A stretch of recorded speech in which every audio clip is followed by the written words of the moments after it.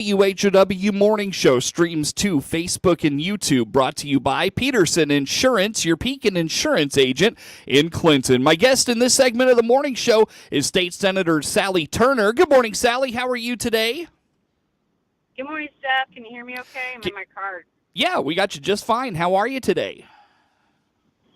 Doing just grand. Just heading back to the nut house.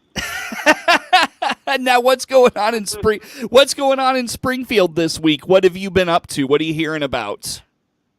Yeah, it's been a really busy week for us in the Senate. We are getting through our committees, moving bills to thirds, but we have not seen any bills from the House. So what I understand is they just passed most of theirs on Tuesday and Wednesday. Not most of them, many of them on Tuesday and Wednesday.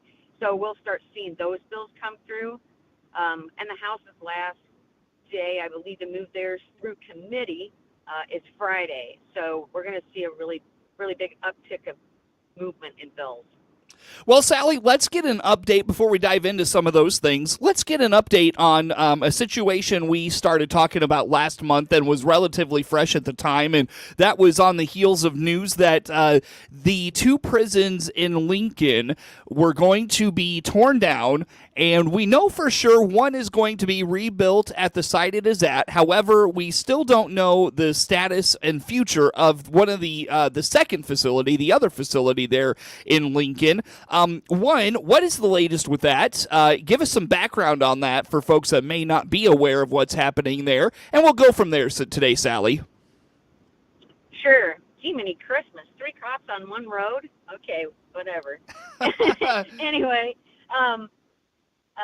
let me start with just correcting you a little bit. It wasn't that both prisons in Lincoln and Logan would be torn down and rebuilt. It was only Logan that they were referring to, and the other one was Stateville, which is like north of Joliet. So what came out in a recommendation from a company that was hired by Department of Corrections was what facilities needed changed, fixed, upgraded, and 2 of them that came out that were really bad were Stateville and Logan. And we will say that we know for years the Logan correctional workers have been reaching out to our government saying this is bad. Our facility needs to be fixed. And even one time I remember there was a broken boiler, and they basically said, oh, there's no parts. So they had to wait to get the boiler fixed, which is ridiculous. It's ridiculous for our workers out there, our correctional officers, as well as the individuals that live there at the facility. So from that report, then it was the governor's office and DOC looked at what did they want to do with that report, and surprise, they came up with let's demolish Logan and let's demolish Stateville, and their words were, and we will rebuild Stateville at Stateville and Crickets on Logan. Rebuild it, but as to where, it was Crickets. So that's where that ended, and then that's where we pick up as a group of legislators and a group from Lincoln trying to push the governor's office and Department of Corrections to make sure that if it is demolished, which it probably will be, that it gets rebuilt in Lincoln, Logan County. Gotcha. Thanks for clearing that up for me, Sally. So with that said, what's kind of the latest then? What have you been doing? What have you been hearing? Who have you been talking to? And what's kind of the latest within the grassroots effort to just keep this the top of mind with the governor's office and make sure they understand what kind of an impact this would have if it was not in Lincoln, to be rebuilt in Lincoln? Sure. The first conversation we had was with DOC and the deputy governor that told us the day before their announcement about the closure. After that, we asked for another meeting with them. It was by Zoom, unfortunately. We couldn't get in person, which consisted of our mayor of Lincoln, our county board chairwoman, and Representative Potter, myself, and State Senator Doris Turner. State Senator Doris Turner is our Democrat senator to the south. She has Sangamon County. She has over 196 employees that are there at Department of Corrections. So she had a big a part in our conversation, which we were glad to have her jump on board. So it's nice to have a Democrat partner in this. So after that, we still didn't get any resolution that we wanted to hear as to, we asked the questions, where you put this, and basically they kept telling us they were still talking to stakeholders, and we engaged and said, well, what stakeholders are you talking to? And they pretty much said, well, we're talking to you, but we had no input with what their decision making is. Mm-hmm. So since that time, we have joined with Andrea Runge. She's a lead, in Lincoln. She represents the economic development part of the Lincoln-Logan area and also our business people. She's been digging into research and doing a really, really great job into finding out how many of our citizens are employed there, how many of their citizens or different county citizens are employed there, and also how many residents there in Logan Correctional Center are from the Central Illinois area. And there are as many throughout the state. So we don't understand why they would want to maybe move Logan Correctional Center. So we are asking for another meeting in person, and we are scheduling that for next week. And we are bringing, of course, Andrea Runge and our mayor, our county board chair, and the 2 senators and state rep together to try and talk to them some more, try and understand where they're coming from, and try and push them to rebuild there at Logan. We also have been tightly joined with ASME to help in that process as well. Now, when it comes to Sally, I know there is a public comments period that will open up soon, if I'm not mistaken. And if I'm not mistaken, even there's hearings that will take place on this. What can you tell us about that process? That's right, Seth. There is, I believe it's after April 26th is when it'll start. There's a website called COGFA, COGFA, and on that COGFA site, they'll open that up to public comments, submitting written testimony, things of that nature. But also the city, the Lincoln residents are getting together, sending letters out to the governor's office, and that's all done through Andrea Runge and LEAD. That's just another avenue that can be taken. But as for this process, there'll be a time when they have to come to an area in a 25-mile radius of our prison and have to do a public hearing. Mm-hmm. So at that time, when that happens, we'll be, all points bulletin out there to make sure everybody gets there and gets questions answered and things of that nature, and that they see how this will be devastating in our community. Right. And speaking of that, the other thing we keep trying to convey to them is we've lost 2 colleges. Mm-hmm. Mm-hmm. Not to mention your junk pile you left behind at LDC. Mm-hmm. Yeah, it's not been a great time for sure in Lincoln as it relates, like you talked about the universities. That was a big loss, and just general closures. I mean, I was driving through Lincoln. I don't know, 2 or 3 weeks ago maybe, and the bottle factory out there. I know you're very familiar with Lincoln, Sally. The bottle factory out there by the water plant and all those things. That's or water company, whatever it is. That's been closed for a while. And I'm trying to think. I feel like there's others that have not that have been closed there as well. So it's been a tough time in Lincoln in terms of just those big employers and being able to sustain and maintain those. No, I agree. I just I want to emphasize that we are not letting this go. We are pushing every day, pushing the governor's office buttons and pushing DOC's buttons to let them hear what we have to say and how devastating this will be on our community. They just need to take a look. And the other thing is we do not want them to rebuild Logan Correctional Center at Stateville.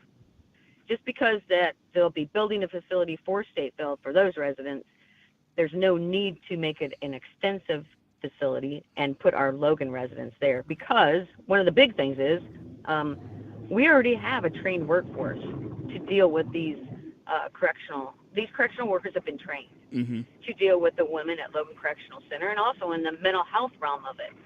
They've all been trained for that. So our workforce is here and ready and able.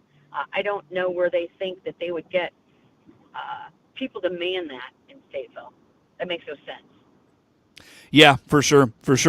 Sally, what did I miss in that conversation? Anything we didn't touch on you want us to know about? Let's see. I can't think. Sorry, I'm getting ready to go over the bridge, and it might cut out for a minute. No, I just want everyone to know that we are not giving up. We are continuing to push hard, and continue to reach out to our legislators that are surrounding us that may not be of the same party, such as, Representative Potter and I are fully on board. So is Senator McClure. Senator Bryant has spoken out about it. We had an appropriations meeting last night for the Department of Corrections. I'm not on that committee, but I gave Senator Bryant all the information I needed her to ask questions she needed to ask, and she put them under the gun and was talking to them in great detail. So, but just to reach out to all your state reps and senators wherever you live to say, keep Logan open. We've got to rebuild in Logan, and that's the key. Sally, let's take a break. Come back with some more. State Senator Sally Turner on the phone with us this morning. More to come with her on the morning show.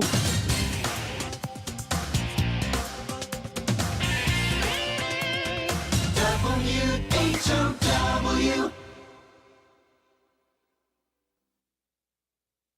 Let's check the opening numbers now at the Chicago Board of Trade on this Thursday. Jim Taylor, RFD Radio Network. Corn starting the day slightly lower. Beans in the red, and wheat starting the day slightly higher. May corn opening 428 3/4, down 1 1/2. July corn down 3 1/4, 437 3/4. New crop December 461 1/2, down 3 1/4. May beans 1139 1/2, down 10. July beans down 10 1/4, 1154, and new crop November 1152 3/4, down 8 1/2. May wheat 539 1/2, up 2 1/2. July wheat up 2 1/2, 554 1/2, and September wheat up 2 1/2, 571 1/2. May bean meal 336.30, that's down 240. May bean oil starting today 44.70, down 30 cents. Jim Taylor, RFD Radio Network.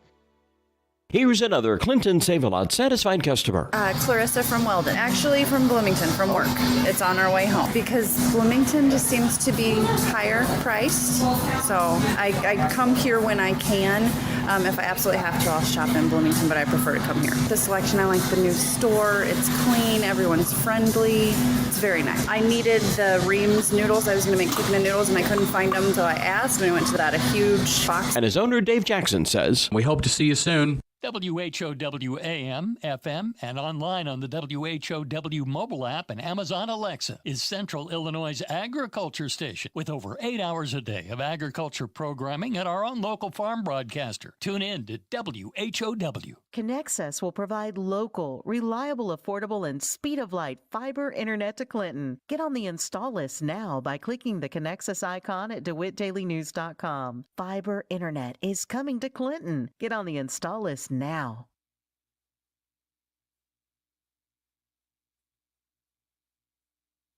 Your friend in Central Illinois, WHOW. Again, good morning. Thanks for being with us. I'm your host today, Seth Lawrence. The WHOW Morning Show streams to Facebook and YouTube, brought to you by Peterson Insurance, your Pekin Insurance agent in Clinton. State Senator Sally Turner on the phone with us for today. Sally, I have seen, and I know you've been talking about this with me for several months now, dating back to, I would say, I don't know, last year at points. The estate tax and farmers and their operations. Give us the background on this. Remind us what this is all about, because I'm starting to hear a little more about it. How about it? Yeah, so that bill actually was brought forward by Senator Kaler from Peoria in the Senate, and Representative Chung in the House. And so this was one of the biggest needs of the Farm Bureau. They were really pushing this, and what they wanted to do is that they noticed how much farm values had gone up. And when you would go to settling an estate after a farmer's family had passed away, how hard it was on the children of that got left the farm to pay off all the estate tax in order to keep it and then continue to farm. So that was the background of it. So the legislation that he filed, I believe, was just to change that, to even that up with what the federal requirements were. But lately I've heard some discussion that maybe there's some more that others would like to see in it. And I don't know if it's going anywhere at this juncture. And if it doesn't go anywhere, I haven't seen it come out of assignments in the Senate. But if Senator Kaler wants it to move, he's fourth in seniority. So if he wants it to move, it'll move. So we're waiting to see that. I don't know what the feeling is in the House. Wow, that guy's loud. Sorry. But I'd venture to guess that in this kind of year, that's a reduction in tax, and that's something that the government wants to continue to spend our tax dollars. I'm not quite sure if this is going to pass this session. Gotcha. Is it one of those things where I know in Springfield sometimes, like, you get a bill together and then, everybody gets their hand in on it, and by the time you're done crafting it, it's just a jumbled mess of what its original intent was? That's what it sounds like, or am I off base with that? No, it's not. This one is not a jumbled mess. I think there's still a lot of input that's being discussed regarding it, but I have not seen it come through. I'm on ag and I'm on revenue, and one of those two committees, this bill would come through, and I haven't seen it at all. So I think if it is, there still are discussions. They're probably just tweaks as to numbers and things of that nature, and probably dictating what the governor wants to see because of the fact that it would affect his overall budget. What do farmers say about this to you, Sally? Most farmers really would like to see this. I do think some farmers would like to see some kind of extension on it, so that if they passed away and they still had farm ground, but their children didn't farm. So right now, those children have to be farming, or someone has to be farming in order for this to click. Okay. So I think that some of them would like to see, even though when the children aren't farming, I think they'd like to see a little bit of reduction so they don't have to get rid of the entire family farm. But I don't know if that's going to happen or not. But I think that's some of the discussion. I can't believe it, Sally. I've only got 2 minutes left with you. What else are you watching in Springfield right now as this legislative cycle rolls along? Well, it's perfect timing. I'm almost to work. Let's see. Well, like I said, there's over 8,000 bills that got filed, and we'll find out Friday how many come over from the House. I believe that we'll be working late nights tonight. I know we'll be working late to vote on several bills. Some of them are on agreed bill lists that we all agree on, and which is nice, so that we can move things along. But then there's other ones that I'm sure that we will be bristled up and not like them. But we haven't seen those in the Senate yet, so I can't speak for the House. But we haven't seen Crazy Town yet in the Senate. How about the budget, Sally? We still don't know anything specific. We're going through appropriations hearings right now, diligently challenging those that are bringing forth their budgets, and we're discussing those things with them to try and figure out why are you spending this amount of money and what's it going for, things of that nature. And then we're going into depth with higher education and talking to them about a speculative new formula that they might propose for them per student. Gotcha. Very good. Sally, it's always good to talk with you. I know you're busy in Springfield, but do you make time to get out and talk with constituents and those sorts of things? Yeah, and we're still doing traveling office hours. Cassie is always at the district office manning the fort. Anybody wants to come in and have that discussion with her, just get it back to me. She's always there. Same with Dana Smith. She's out and about in our entire 10-county area. We put it on our Facebook where we're going to be. Dana's out there finding out that anything anyone wants to know in our district.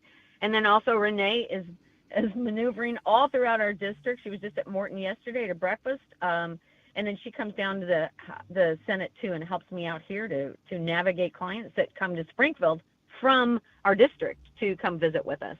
And of course, I have Barb in my Springfield office that answers a myriad of questions over the phone while we're in. Sure, very good. Sally, always good to talk with you. State Senator Sally Turner on the phone. Network News on the way. The Big 1520 WHOW Clinton, 92.3 FM, W222 BG Clinton, 106.5 FM.